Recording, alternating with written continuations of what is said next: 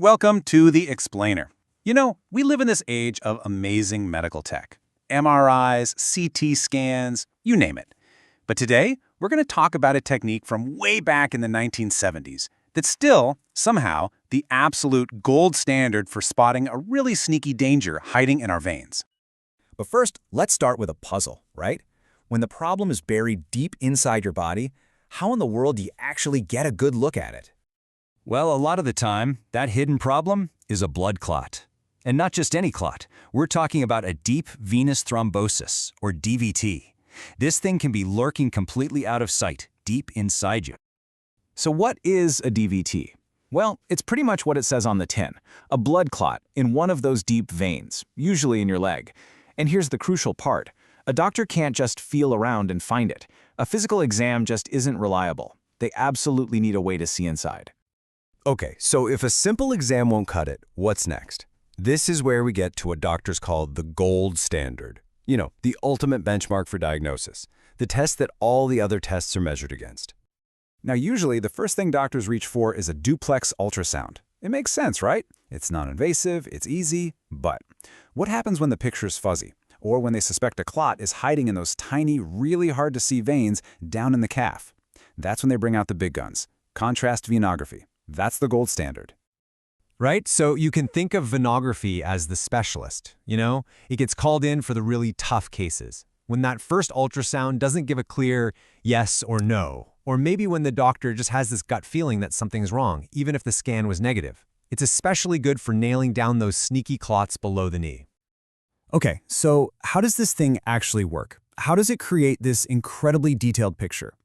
Well, the most common type, ascending venography, is basically like drawing a temporary, super high contrast roadmap of your veins.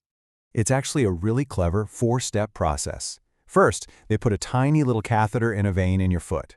Then, and this is the smart part, they use tourniquets to guide a special contrast dye into the deep vein system.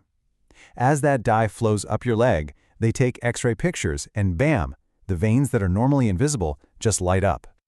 And this is what the doctors are looking for. It's so cool. When that dye hits a clot, it can't go through it, right? So it has to flow around it. And that creates these two perfect parallel lines on the X-ray. They call it the tram track sign, and it's the absolute smoking gun. Unmistakable proof that there's a DVT. But wait, there's more. Venography isn't just a one-trick pony for finding clots. It's also absolutely essential for diagnosing a totally different, more chronic problem that's all about the structure of the veins themselves. And that condition is called chronic venous insufficiency, or CVI for short. Basically, it's a problem with the tiny one-way valves inside our veins. When they stop working right, they get leaky. That means blood starts flowing backward and just pooling in the legs. And that's what can lead to swelling, pain, even varicose veins. So for this problem, doctors flip the script. Instead of injecting the dye from the foot up, they use what's called descending venography. They inject from the top down. This lets them see exactly which valves are failing, and just as important, how badly they're leaking. You can imagine how critical that is for a surgeon planning a repair. Yeah, they actually grade how bad the leak is on a scale. And grade 4, that's the worst-case scenario. It means the valves are basically shot, offering almost zero resistance. The dye just floods dramatically all the way down into the calf. When a surgeon sees that, they know they're looking at a major problem. All right, so we've established it's a powerful tool, right? It gives us incredible roadmap. But creating that map isn't exactly a walk in the park. It's an invasive procedure, and that means we gotta weigh the pros and cons. This table lays it all out pretty clearly. You've got these other methods, like ultrasound, CT, and MRIs, and they're great because they're non-invasive. But each one has its own blind spots. Maybe it depends too much on the person doing the scan, or it's just not as good in certain areas. Venography, on the other hand, gives you that high degree of certainty, but it comes at a price. It's invasive, there's radiation, and risks from the contrast dye. And here's something that might surprise you. Even with this gold standard, it's not always 100% clear-cut. Studies have actually shown that in up to 10% of cases, you could have two different experts look at the exact same venogram and disagree on whether a clot is even there. It really shows you that reading these things is a true skill. And this is the stuff that doctors have to talk through with their patients. The risks, right?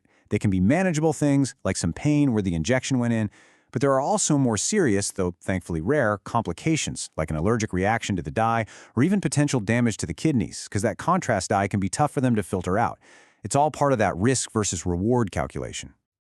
So, after all this, what's the big takeaway? Well, it's this really fascinating paradox. You'd think as medicine moves away from big, open surgeries and towards these amazing minimally invasive treatments that happen inside the veins, this old technique would fade away. But it's the opposite. Venography has become more critical than ever because it provides that live, essential roadmap that surgeons need to guide all these new, high-tech procedures. And that kind of leaves us with this final thought to chew on. In an era that's just dominated by incredible non-invasive tech, here's this older, invasive technique that's not only still the gold standard, but it's actually finding new life. It really makes you wonder, doesn't it? How is that balance between seeing things with perfect clarity and seeing them with perfect safety going to continue to evolve?